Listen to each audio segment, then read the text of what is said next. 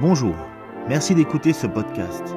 Nous sommes l'église évangélique baptiste La Bonne Nouvelle située à Dijon, au 8B rue Jules Viol. Nous serions heureux de vous y rencontrer un jour et nous vous souhaitons une bonne écoute.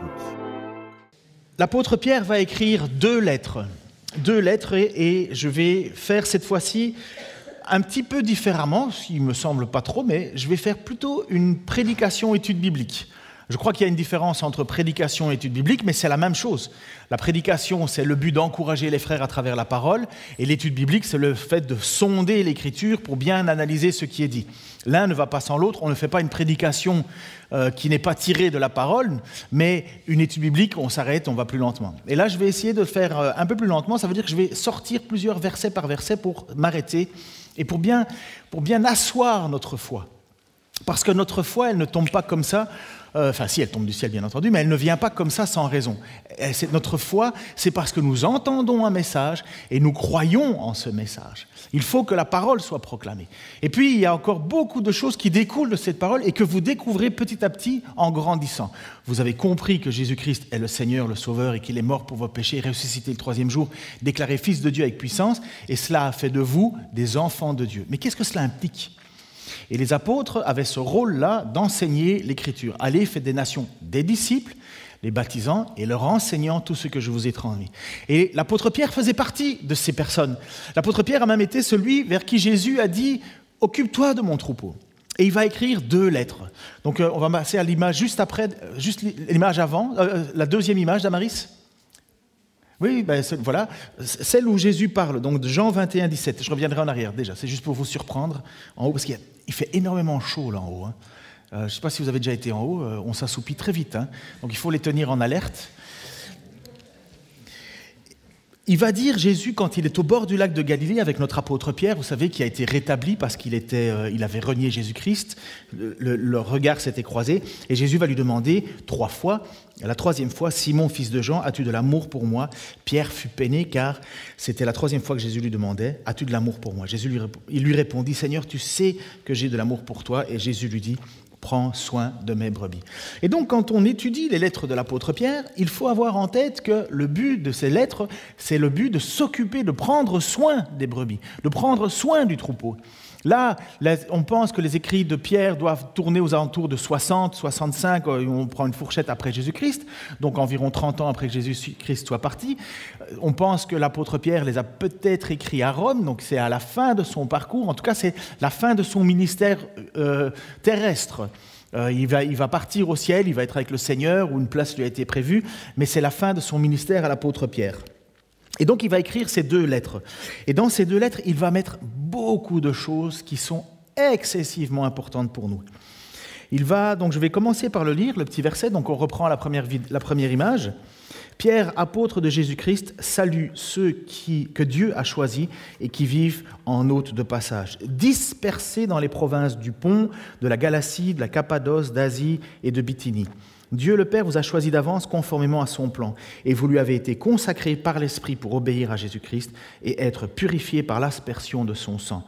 Que la grâce et la paix vous soient abondamment accordées. Ça, c'est l'introduction de sa première lettre.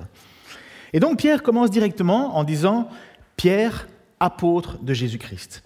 Lorsqu'il se présente, donc ça fait 30 ans qu'il est là, les églises ont grandi, on va voir ça tout de suite, mais Pierre se présente, il ne tourne pas autour du pot, il est apôtre. Et d'ailleurs, Pierre, c'est certainement celui qui a la plus grande notoriété avec l'apôtre Paul. Pierre est très connu, c'est pas pour rien que Jésus lui a donné cette mission et qu'à un certain moment, l'apôtre Pierre et l'apôtre Paul se sont donné aussi une mission. L'apôtre Pierre va aller et se diriger vers les Juifs, et Paul va se diriger vers les non-juifs. Et ils ont un ministère solide, puissant, ils sont reconnus, il n'y a pas de doute. Pourtant, aujourd'hui, certains pensent que Pierre n'aurait pas écrit cela, ce seraient des gens qui auraient écrit au nom de Pierre, et ainsi de suite. Mais on va revenir. Mais Pierre est apôtre parce que Jésus l'a choisi. Jésus l'a appelé. Il n'est pas apôtre parce qu'il s'est dit « Tiens, j'ai vu dans le journal de Pôle emploi qu'il y avait un emploi prévu pour être apôtre, je vais le faire ». Non, c'est Jésus qui choisit ses apôtres. Et ça s'est passé en Matthieu, chapitre 4, versets 18 à 20.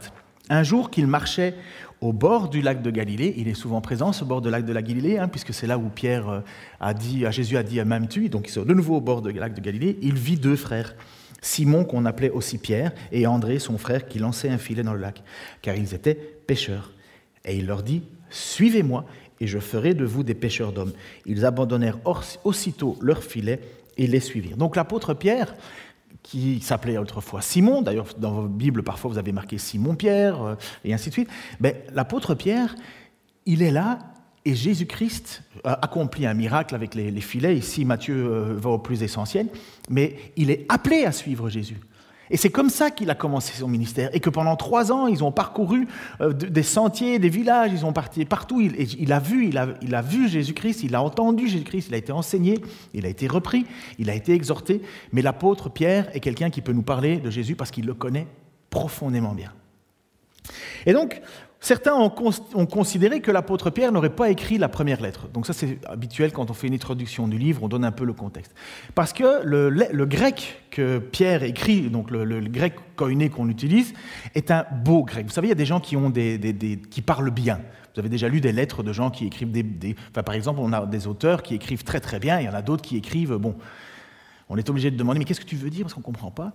Mais l'apôtre Pierre écrit très très bien. Et certains ont suspecté que ce n'était pas lui qui aurait écrit ces lettres parce que, justement, son grec serait trop beau, serait trop parfait, en disant, s'il était pécheur, il ne pouvait pas avoir une aussi bonne éducation.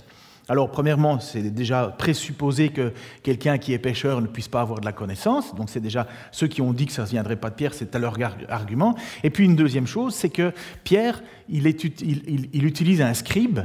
Donc, un scribe, c'est un écrivain, quelqu'un qui écrit pour, et ce scribe s'appelle Sylvain. Alors, est-ce que le fait qu'il soit à deux à écrire la lettre inspirée par l'Esprit, bien entendu, aboutisse à une grande qualité de langage? Bref, ceux qui disent que les lettres ne viennent pas de Pierre, leurs arguments ne sont pas très solides, en fait. Donc on peut authentifier, comme il est dit à l'Écriture, Pierre, apôtre de Jésus-Christ, c'est bien lui qui l'a écrit.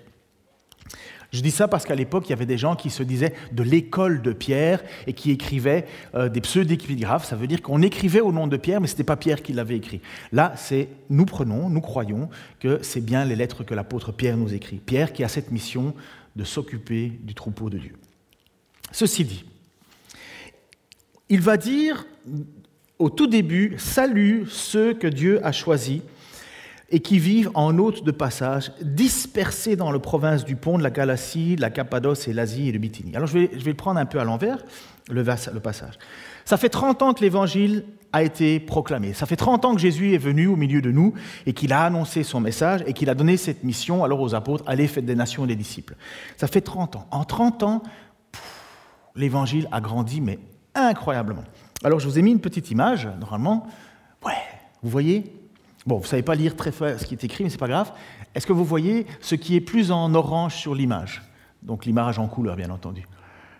Tout ce qui est un peu en orange, c'est là où, à la Pentecôte, donc à la mort, la résurrection de Jésus et puis l'Esprit qui descend sur les apôtres, à la Pentecôte, il y a beaucoup de Juifs qui sont à Jérusalem. Et au moment où il va y avoir le message qui va être proclamé à la Pentecôte, il va y avoir des gens qui disent « Mais enfin, c'est incroyable, on vous entend tous dans notre propre langue et pourtant on vient de plein d'endroits. » Alors, je vous lis le passage. « Or, à ce moment-là, c'est Acte 2, 5, 11, « Or, à ce moment-là, des Juifs pieux venus de toutes les nations du monde séjournaient à Jérusalem. En entendant ce bruit, ils accoururent en foule et furent saisis de stupeur, parce que les apôtres étaient en train de prêcher. En attendant ce bruit, en effet, chacun d'eux les entendait parler dans sa propre langue. Dans leur étonnement, ils n'en croyaient pas leurs oreilles et disaient « Voyons, ces gens qui parlent ne viennent-ils pas tous de Galilée ?» Ils parlaient des apôtres, alors que là, on est à Jérusalem. « Comment se fait-il donc que nous entendions s'exprimer chacun dans notre langue maternelle ?» Et c'est là que j'ai mis les petits passages en blanc plus blanc. Nous sommes de Parthe, de Mède ou Élamite, nous habitons la Mésopotamie, la Judée, la Cappadoce, le Pont ou la province d'Asie, la Phrygie ou la Pamphylie, l'Égypte ou le territoire de la Libye, près de Cyrène, ou bien nous vivons à Rome, nous sommes juifs de naissance ou par conversion, nous venons de la Crète ou de l'Arabie, et pourtant chacun de nous les entend parler dans sa propre langue des merveilles que Dieu accomplit. Certainement, à ce moment-là, Ces gens ont entendu l'évangile. Vous savez que dans le texte, il nous est dit que ce jour-là, 3000 personnes se sont converties. Après ça, il y en a eu 5000 qui se sont convertis. On sait qu'une partie est restée à Jérusalem, mais on sait qu'une grande partie est retournée chez eux. Ils sont retournés dans leur ville, dans leur village, des endroits où ils avaient été. Ils étaient descendus à Jérusalem pour célébrer la Pâque et ils sont repartis. Et nous savons que ces chrétiens sont dispersés. Ils sont en diaspora, ils vivent un peu partout, comme les Juifs à l'époque. Les Juifs, comme vous voyez, ils disent « nous sommes Juifs de conversion ou de naissance », mais ils ne vivent pas uniquement en Israël, ils vivent partout. Et le peuple juif est le peuple enfin en tout cas à l'époque, mais encore je crois qu'aujourd'hui avec les Italiens, c'est le peuple, et les Chinois, qui sont le plus éparpillés dans le monde entier. Ils sont partout. Et les Juifs de l'époque étaient partout. Et certainement, quand ils se sont convertis, ces croyants, ils sont repartis chez eux et ils ont annoncé l'Évangile. Ils ont annoncé ce qu'ils ont entendu. Et comme beaucoup de Juifs attendaient le Messie, mais finalement, on leur dit, mais vous savez, ce Messie, il est arrivé, il a accompli les Écritures. Et beaucoup se sont convertis. Et c'est pourquoi que c'est certainement la raison pour laquelle, au tout début de l'Église, il y a eu, mais véritablement, une explosion. Ça a commencé d'abord par les Juifs. Les Juifs retournaient parmi les Juifs, ils annonçaient aux Juifs que le Messie qu'ils attendaient était là, et ainsi de suite. Bon, bref. Mais en même temps, certainement aussi par le travail des apôtres, par le travail de ceux qui se sont convertis. Quand Paul allait à Éphèse, Paul est resté 3 ans à Éphèse, et pendant ce temps-là, il enseignait tout le temps, et certainement des gens ont été convertis. C'est pour ça qu'il y a un homme qui s'appelle Épaphras. Enfin bref, je ne vais pas vous étaler tout ça. Mais l'Évangile grandit. Et c'est pourquoi, justement, lorsque l'apôtre Pierre écrit ses lettres, il écrit à des gens qui sont dispersés. Et on les voit, donc la petite image peut-être plus petite, je ne sais pas si on le voit bien, je vous ai mis en couleur, donc c'est la Turquie, donc on est quand même pas mal loin de Jérusalem, et on voit qu'il y en a qui se trouvent dans les provinces du Pont, de la Galatie, de la Cappadoce, d'Asie et de Bithynie. Et donc, c'est loin de Jérusalem tout ça. Et ça veut dire qu'en 30, lorsque l'apôtre Pierre écrit sa lettre, il y a des chrétiens partout là-bas. Et il va dire des choses qui sont excessivement importantes. Il va dire au premier verset, je reviens, « Salut ceux que Dieu a choisis et qui vivent en hôtes de passage dispersés. » Pierre écrit, accrochez-vous, il y en a certains, je sais que ça ne vous plaît pas, Pierre écrit, ou en tout cas ça met mal à l'aise, à ceux que Dieu a choisis. C'est déjà un sujet de tension pour certains. Et moi je vous dis, ce n'est pas une tension, c'est une assurance. Dieu nous a choisis. Si on met le côté orgueilleux dessus, alors là, on va dire, mais pour qui tu te prends ? Mais ce n'est pas moi qui ai choisi Dieu, c'est Dieu qui m'a choisi. Il m'a appelé, pourquoi ? Je n'en sais rien, mais il m'a choisi. Et l'apôtre Pierre, lorsqu'il écrit à tous ces chrétiens qui vivent un peu partout, il veut leur rappeler, même si vous êtes dispersés, je veux que vous sachiez une chose, c'est Dieu qui vous a choisi. Vous êtes un peuple choisi. Alors on va voir des différents passages. Bien souvent, les gens, quand on entend « Dieu nous a choisis », ils ne sont pas trop inquiets pour eux, ils sont inquiets dans l'autre sens, ils disent « si Dieu m'a choisi, alors ça veut dire que Dieu ne choisit pas ». Et dès qu'on dit ce discours-là, que Dieu nous choisit, ça, on va dire c'est super, finalement c'est une bonne nouvelle. Mais alors si Dieu ne choisit pas, c'est une mauvaise nouvelle. Et alors on taxe Dieu d'injuste, on dit mais enfin c'est pas possible. Et alors on met une tension entre la volonté de Dieu et le choix de Dieu, l'élection de Dieu et le fait que Dieu ne choisit pas certains. Donc certains vont aller à la vie éternelle et d'autres vont aller en enfer. Et donc on trouve que c'est tellement injuste qu'on dit ah non, c'est pas nous qui choisissons, c'est pas Dieu qui choisit, c'est nous qui choisissons. Le problème c'est qu'en disant que c'est nous qui choisissons, finalement on fait de Dieu quelqu'un qui est soumis à notre volonté.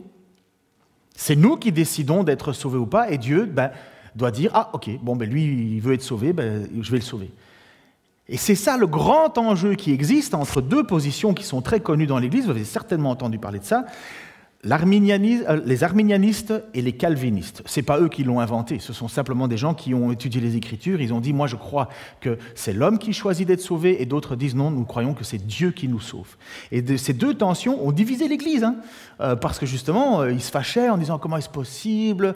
Ça veut dire que Dieu choisit des gens pour qu'ils meurent, et ainsi de suite. » Et alors, vous voyez, il y avait de la tension. Finalement, le but de chacun était de vouloir glorifier Dieu et de vouloir ne pas mettre de mauvais sentiments dans la part de Dieu. Mais je vais repasser encore des semaines à étudier ça parce que c'est un sujet passionnant et parce que il y a beaucoup de choses qui ont été écrites, mais j'en reviens toujours à la même chose. Pour moi, personnellement, je suis convaincu que c'est Dieu qui nous choisit. Je n'ai aucune idée pourquoi.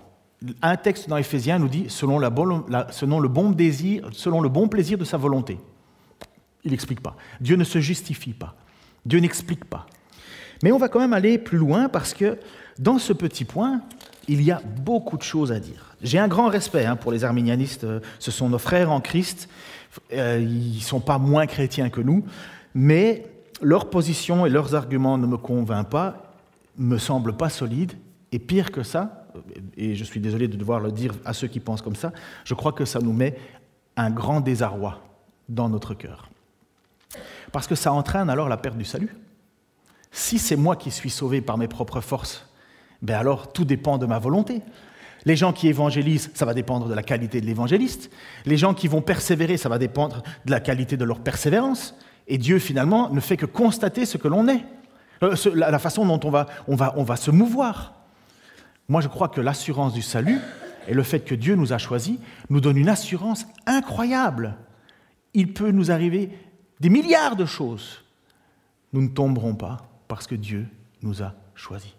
Nous pouvons traverser des endroits et des moments difficiles. Nous ne tomberons pas parce que Dieu nous a choisis. Car j'ai la ferme assurance que celui qui nous a choisis, rien ne peut nous arracher de sa main. Je vais lire ce passage-là. Et quand Pierre écrit, il faut comprendre, il écrit à des gens qui vivent des moments de persécution, des moments de difficulté. Et qu'est-ce qu'il veut leur dire à ces gens-là ? Tu passes des moments difficiles, tu es peut-être étranger là où tu vis, mais tu es choisi. Vous savez, qui a déjà été étranger dans un pays ? Moi, j'ai été étranger quand je vivais au Canada, je suis étranger ici en France, mon pays. Je peux vous dire que quand on est étranger, on sent qu'on est étranger. Il y a quelqu'un ici qui est capable de dire « je suis étranger dans ce pays » ? Et vous reprenez la mauvaise habitude de jamais lever la main, là, ou quoi ? Est-ce qu'il y a un problème à lever la main quand je sais que vous êtes étranger ? T'es étranger ? Voilà, amen. Ça t'a fait mal de lever la main ? Voilà, parfait. Donc, ouais, ça fait pas mal, n'ayez pas peur. Quand on est étranger dans un pays, on est tous sauf élus. Comprenez ? Quand on est étranger dans un pays, on ne peut pas voter. On n'a pas les mêmes droits normalement. Heureusement, en France, on a quand même pas mal de droits, mais en général, étrangers et élus, ça ne marche pas ensemble. C'est là que Pierre dit, si, vous êtes étrangers. C'est vrai que vous êtes étrangers, disséminés sur la terre, mais vous êtes élus. Vous ne faites pas partie de ce peuple dans lequel vous êtes, dans lequel vous vivez, mais vous êtes élus pour un peuple que Dieu s'est choisi. Et c'est pour ça que l'apôtre Pierre écrit déjà à ces gens-là, parce qu'ils souffrent et ils pourraient être en désarroi, ils pourraient être mal. Et Pierre leur rappelle qu'ils ont été choisis. C'est tout simple, choisis. Plusieurs textes dans l'Écriture nous montrent cette notion d'être choisi. Et je vais en citer quelques-uns, on pourrait en prendre beaucoup, parce qu'il doit y avoir plus ou moins 150 versets à peu près qui parlent du fait que Dieu nous a choisis, et une petite dizaine qui pourrait laisser planer le doute que c'est nous qui avons choisi Dieu. Donc même statistiquement, on voit bien que la volonté va vers, la connaissance va vers le fait que c'est Dieu qui nous a choisis. Au tout début de l'évangile de Jean, celui qui est la parole était déjà dans le monde. Il parle de Jésus. Puisque le monde a été créé par lui. Et pourtant, le monde ne l'a pas reconnu. Il est venu chez lui, et les siens ne l'ont pas accueilli. Certains pourtant l'ont accueilli. Ils ont cru en lui. Et Jean va directement préciser, à tout cela, il a accordé le privilège de devenir enfants de Dieu. Ce n'est pas par une naissance naturelle qu'ils sont devenus enfants de Dieu, ni sous l'impulsion d'un désir, ou encore par la volonté d'un homme qu'ils le sont devenus, mais c'est de Dieu qu'ils sont nés. Jean, au tout début de son évangile, va nous dire, oui, il y a des gens qui ont entendu la parole, qui ont accepté la parole, certains ne l'ont pas accepté, mais ceux qui ont accepté la parole, ils ne l'ont pas accepté parce qu'ils ne sont pas devenus enfants de Dieu parce qu'ils ont considéré que ça valait la peine. Non, c'est de Dieu qu'ils l'ont voulu. Ce n'est pas par leur naissance, ce n'est pas par la volonté, c'est parce que Dieu l'a voulu. Dès le départ, évangile de Jean, premier chapitre, boum. Éphésiens, chapitre 1, versets 3 à 6. Ça, c'est l'apôtre Paul qui va écrire à cette église d'Éphèse. « Loué soit Dieu, le Père de notre Seigneur, Jésus le Christ, car il nous a comblés de bénédictions de l'Esprit dans le monde céleste, qui toutes sont en Christ. » Alors, et bien, en Christ, donc, bien avant de poser les fondations du monde, il nous avait choisis pour que nous soyons saints et sans reproche devant lui. Puisqu'il nous a aimés, il nous a aussi destinés d'avance à être ses enfants, qu'il voulait adopter par Christ. Voilà ce que dans sa bonté il a voulu pour nous, afin que nous célébrions la gloire de sa grâce qu'il nous a accordée en son Fils bien-aimé.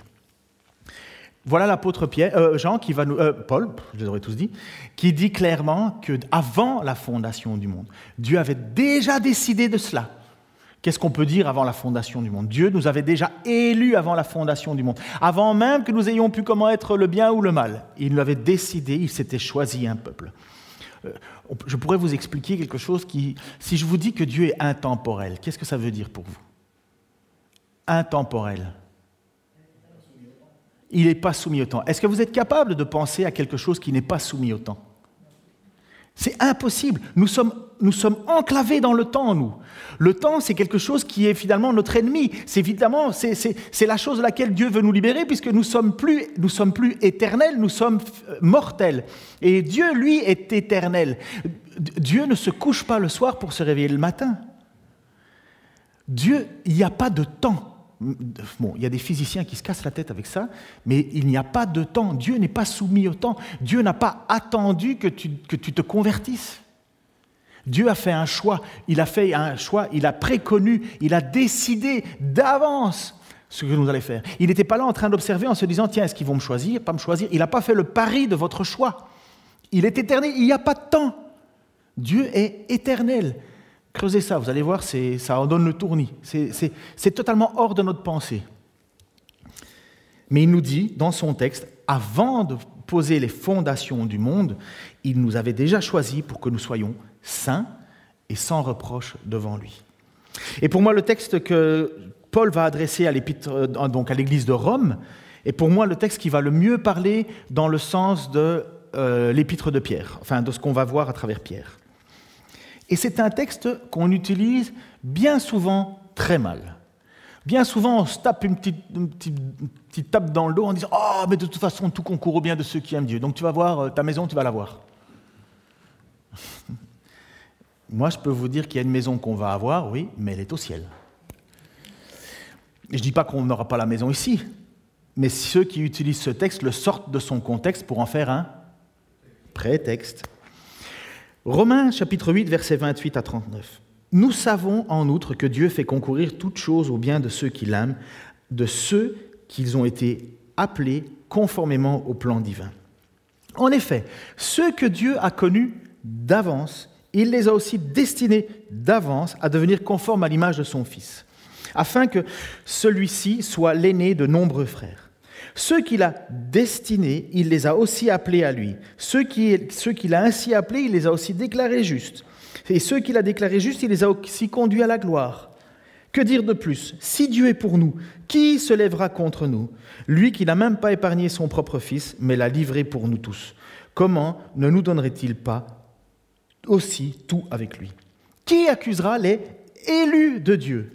Dieu lui-même les déclare justes. Qui les condamnera? Le Christ est mort, bien plus, il est ressuscité, il est à la droite de Dieu et il intercède pour nous. Là, si vous avez parfois des petits moments de doute ou de cafard, sachez que le texte et l'apôtre Paul nous dit bien ce que fait Jésus en ce moment pour toi. Il intercède, non seulement pour nous, mais pour toi aussi. Il intercède. Jésus prie pour toi. Qu'est-ce qui peut nous arracher de l'amour de Christ? La détresse? Non. L'angoisse? Non. La persécution? Non. La faim? Non. La misère? Non. Le danger? Non. L'épée? Non. Il n'y a rien qui peut te séparer de l'amour de Christ. Car il nous arrive ce que dit l'Écriture. À cause de toi, Seigneur, nous sommes exposés à la mort à longueur de jour. On nous considère comme des moutons destinés à l'abattoir. Mais dans tout cela, nous sommes bien plus que vainqueurs. Parce que celui qui nous a bien plus vainqueurs par celui qui nous a aimés. Oui, j'en ai l'absolue certitude. Ni la mort, ni la vie, ni les anges, ni les dominations, ni le présent, ni l'avenir, ni les puissances, ni ce qui est en haut, ni ce qui est en bas, ni aucune autre créature, rien ne pourra nous arracher de l'amour que Dieu nous a témoigné en Jésus-Christ notre Seigneur.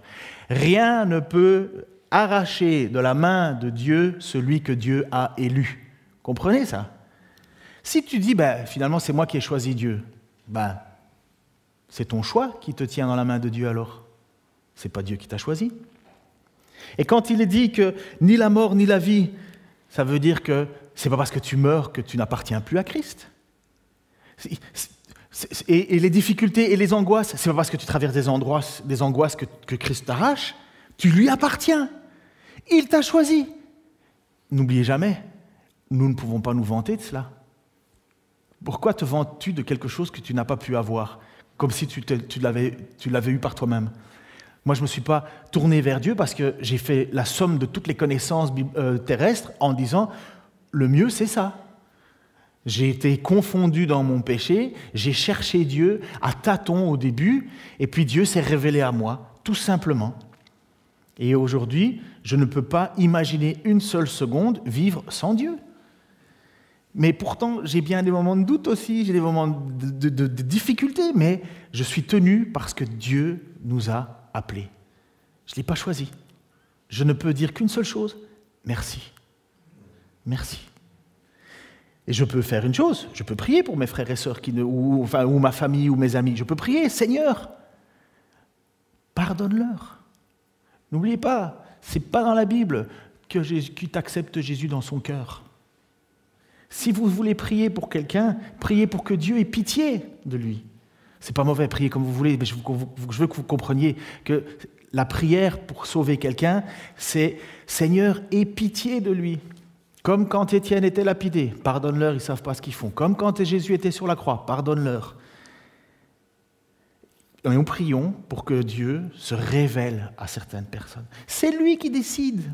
C'est lui qui décide. Nous pouvons prier pour que les gens soient disposés. On peut prier pour que les gens soient prêts à écouter. Mais la prière solide, c'est « Seigneur, pardonne-lui ». Qu'il puisse se mettre avec nous et te louer, et t'adorer, te chanter, te célébrer avec nous. Interviens. Je dois faire juste une petite chose. Hop. Hop.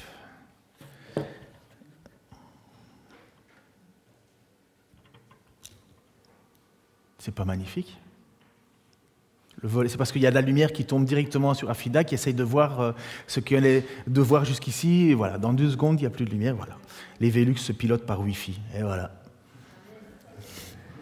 Tant que ça marche, ouais, amen. Je pourrais prendre encore beaucoup d'autres passages pour vous confier, enfin vous faire comprendre ce point important, parce que c'est excessivement important de savoir que vous êtes accroché à Dieu parce que Dieu vous a choisi. Si vous pensez qu'il y a un mérite à cela, alors il y a un problème, il y a de l'orgueil. Dieu s'oppose aux orgueilleux, il résiste aux orgueilleux, mais il fait grâce aux humbles. Mais si vous êtes abattu, si vous avez des doutes, si vous avez des craintes, si vous passez par la persécution, si vous passez par des choses, vous pouvez dire « Le Seigneur est mon berger. Il ne m'abandonnera pas. » Je voudrais simplement, pour amener dans cette réflexion, cette question. Est-ce que c'est Abraham qui a choisi Dieu? Est-ce que c'est Adam qui a choisi Dieu? Est-ce que c'est Paul qui a choisi Dieu? Paul, l'apôtre Paul, il n'a pas eu trop le choix. Hein. Il marchait sur Damas et pouf, il est saisi. Est-ce qu'il a eu son mot à dire? Non, personne ne se pose de questions pour eux. Mais pour Adam, est-ce qu'il y a quelqu'un qui se pose la question en disant « Ah tiens, Adam, il n'a pas eu le choix, hein, c'est vraiment pas cool ». Mais non, c'est Dieu qui avait créé les choses à l'origine. C'est Dieu qui a amené à la vie ce qui n'existait pas. Et nous sommes morts spirituellement. Et c'est Dieu qui amène à la vie ce qui était mort. Nous étions séparés autrefois. Lettre aux Éphésiens, nous étions spirituellement morts, mais c'est Dieu qui nous a amenés à la vie. Comment un mort pourrait naître de nouveau? Est-ce que Lazare pouvait se ressusciter tout seul? Non, impossible. Et cette idée-là d'être ramené à la vie, c'est cette idée-là qui est dans l'idée de l'élection, le choix, le fait que Dieu ait posé ses regards sur nous. Et pourtant, on doit accepter qu'il y a quand même des gens qui reçoivent cette grâce, ils entendent le message, mais ils font le choix de dire « non, j'en veux pas ». Ils entendent ce message, mais ils disent non, j'en veux pas. Et qu'est-ce qu'on fait avec ces personnes-là? Alors, est-ce que Dieu va les forcer? Ou est-ce que Dieu va les obliger?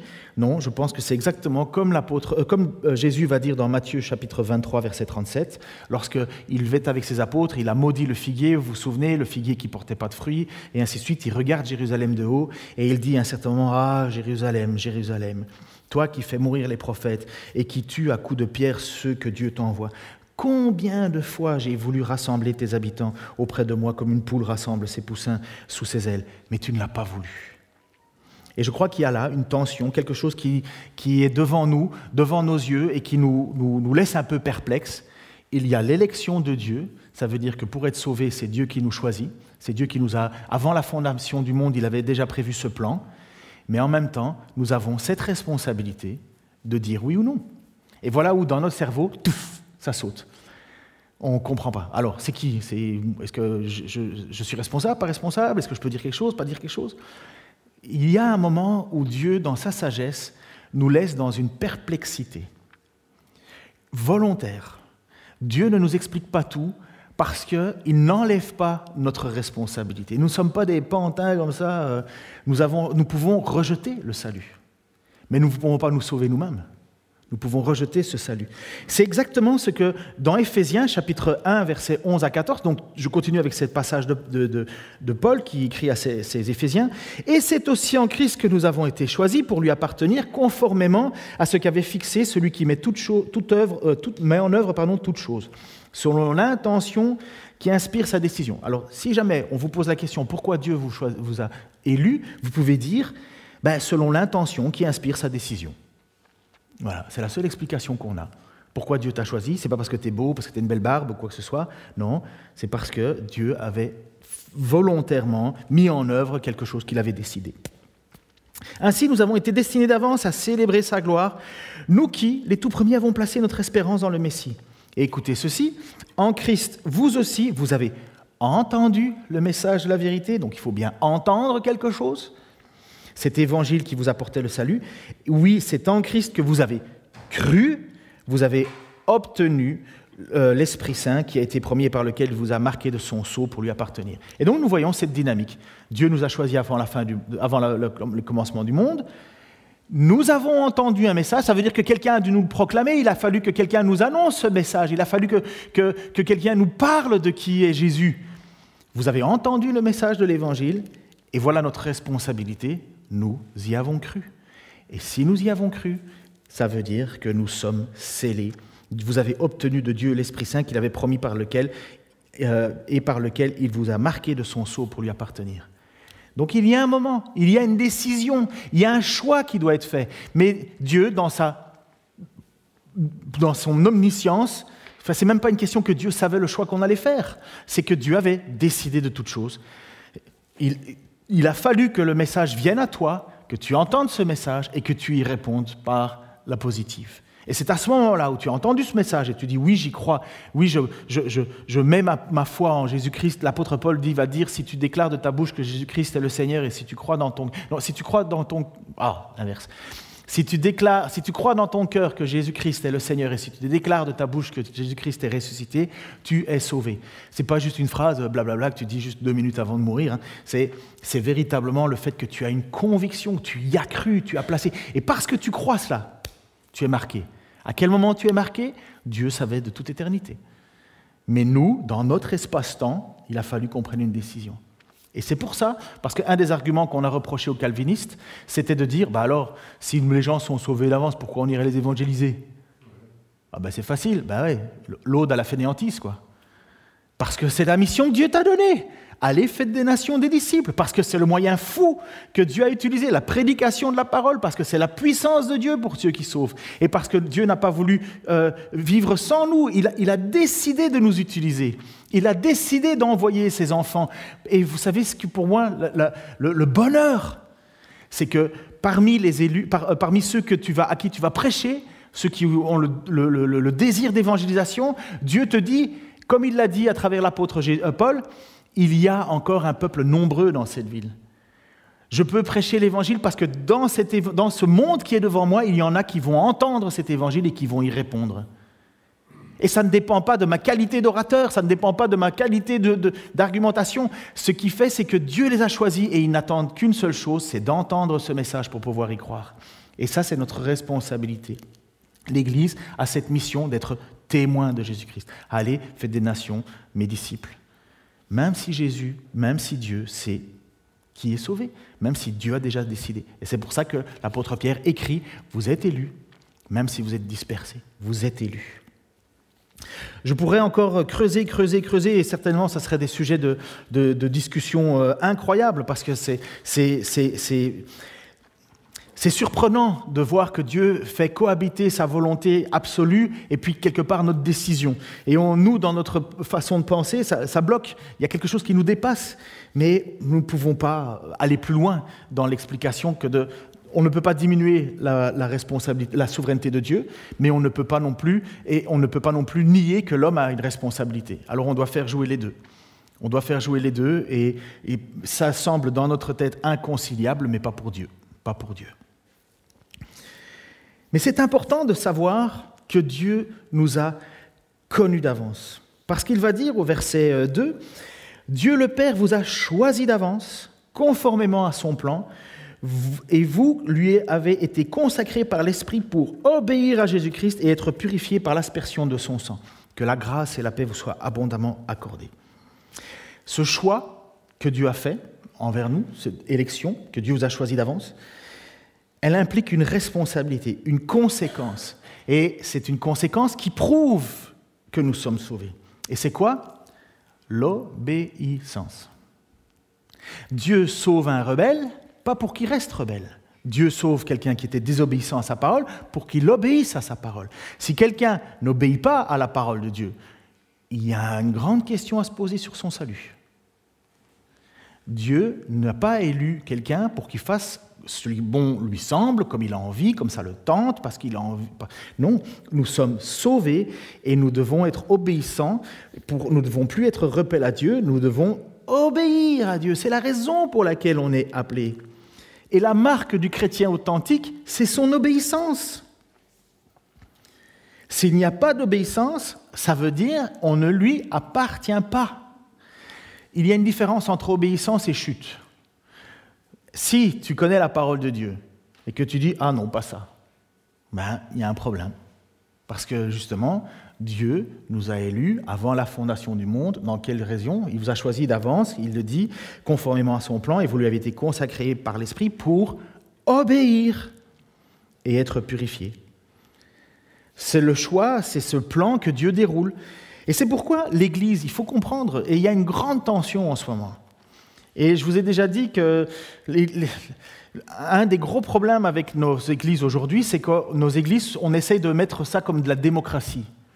En fait, l'Église va décider ce qui lui plaît ou ce qui ne lui plaît pas. Mais ce n'est pas comme ça que Dieu a prévu les choses.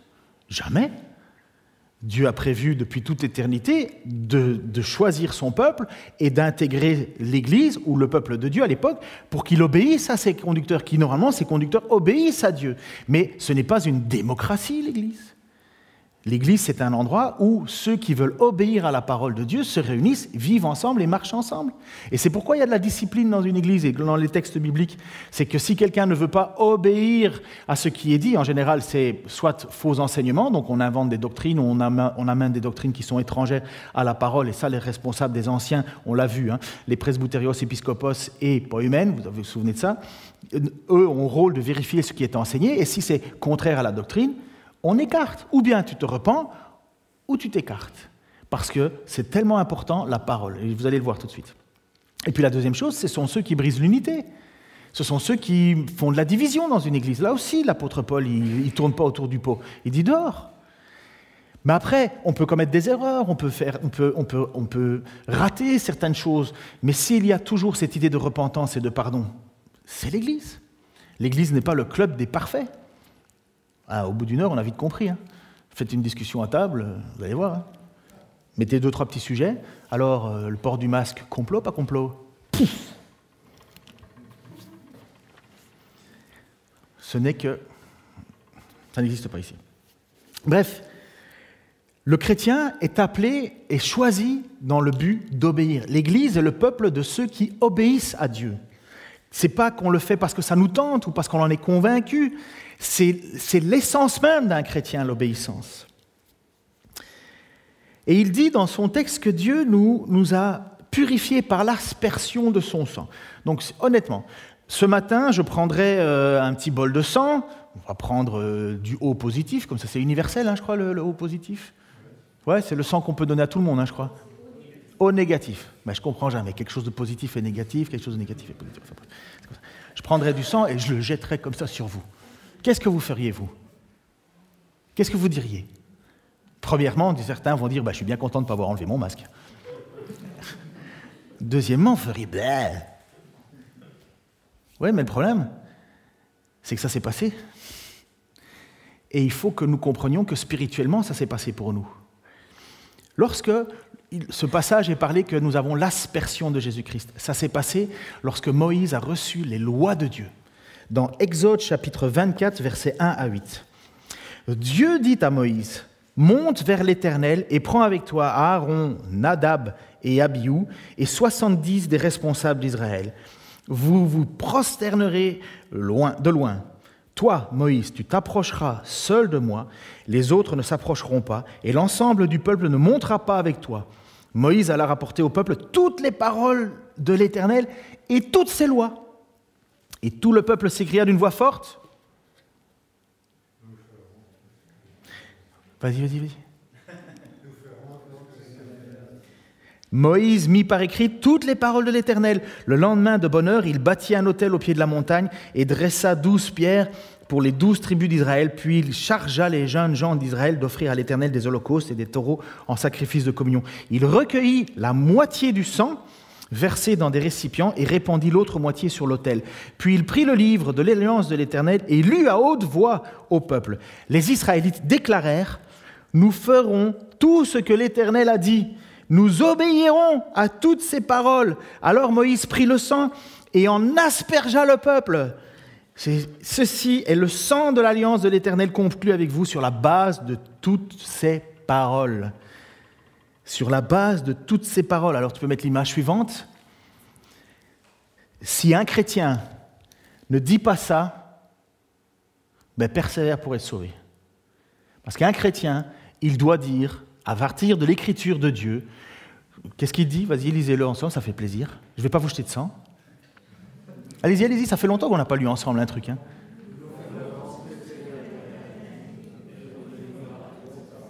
Amen, comme à l'époque, le peuple qui est devant Moïse et qui dit « Nous obéirons aux paroles de l'Éternel, nous ferons tout ce que l'Éternel nous a dit, nous obéirons à toutes ces paroles. » Et qu'est-ce que Jésus fait à partir de là? Il prend son sang et il te le jette dessus. Et il te dit « Parce que tu as décidé d'obéir, je te purifie par mon sang. » Purifier, ça veut dire « j'ôte tes péchés. » Et en même temps, je scelle cette alliance.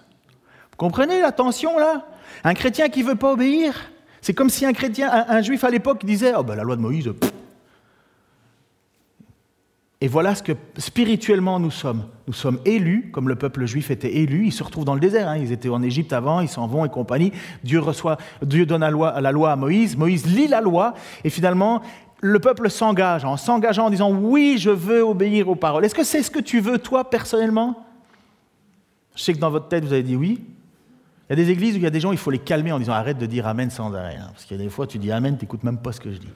Mais de temps en temps, un petit Amen, ça fait du bien quand même. Donc surtout quand on vous encourage à dire Amen. Alors, est-ce que vous pouvez dire Amen à cette phrase? Amen, ça veut dire en vérité, ça veut dire oui, oui, ça veut dire du plus profond de ton cœur, je crois cela. Est-ce que vous voulez obéir à la parole de Dieu? Ça fait du bien, dis donc. Mais oui, c'est ce qu'on veut. Et vous savez ce que Jésus dit en échange? Je te purifie par mon sang, je te scelle de cette alliance, puisque tu as cru à mes paroles, puisque tu crois à mon message, puisque vous qui êtes élus, puisque vous traversez, même si vous traversez des moments difficiles, je vous ai scellé de mon alliance. Et ce sang, il purifie. Il rend pur, ça veut dire qu'il ôte le péché. On ne peut pas simplement avoir l'obéissance à la loi en disant « Oui, je vais obéir de toutes mes forces, promets. » S'il n'y a pas la purification des péchés, tu es toujours au même point, tu es toujours pécheur. Mais il y a la purification des péchés. Et puis maintenant, il y a la lutte de tout chrétien, l'obéissance. Et c'est pourquoi l'Église n'est pas un club de gens qui donnent son avis.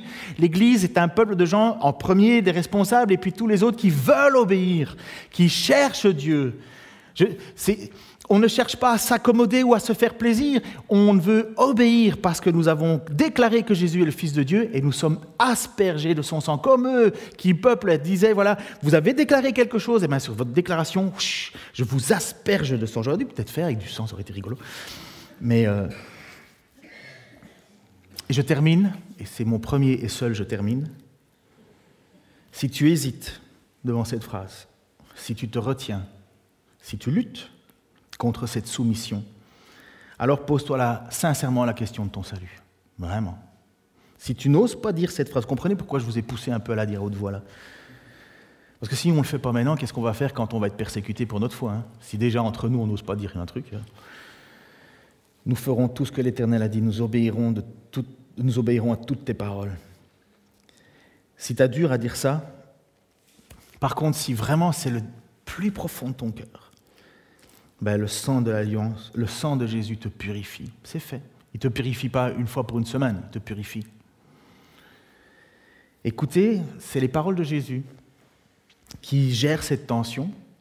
Celui qui m'aime vraiment, Jean 14, 21, 24, celui qui m'aime vraiment, c'est celui qui retient mes commandements et les applique.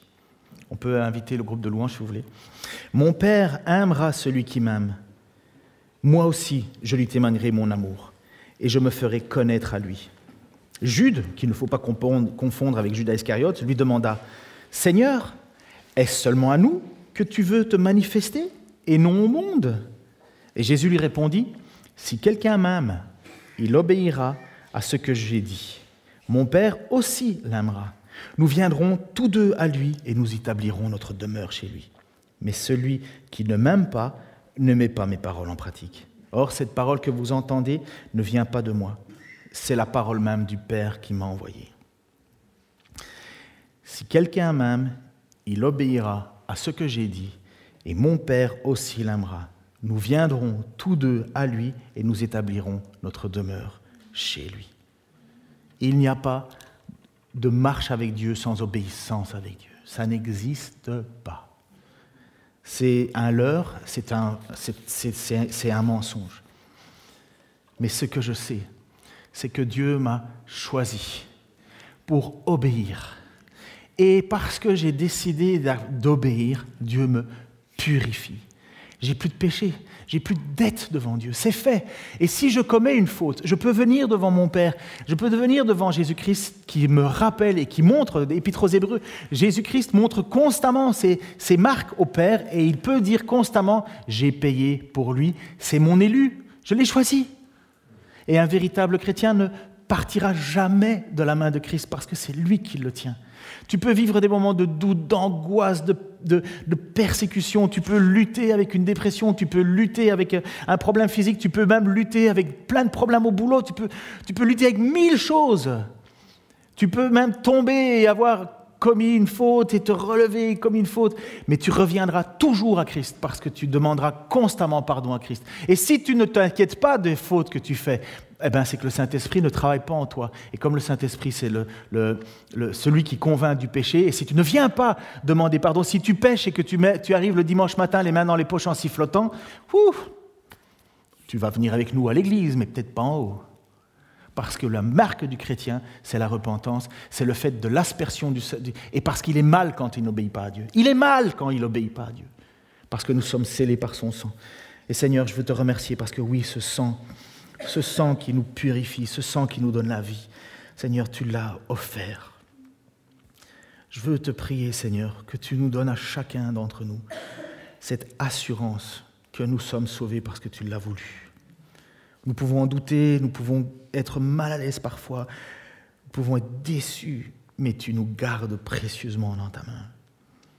Quel amour, Seigneur, quel amour. Oh, on a hâte que les luttes cessent. On a hâte, Seigneur, d'être un jour dans ta présence, que tu reviennes ou qu'on soit avec toi et que finalement, on puisse vivre pleinement sans plus jamais pécher. Je ne sais pas quand ça sera, Seigneur, mais je sais que c'est une grâce. Et nous allons te le chanter, Seigneur. Nous allons te chanter ce chant.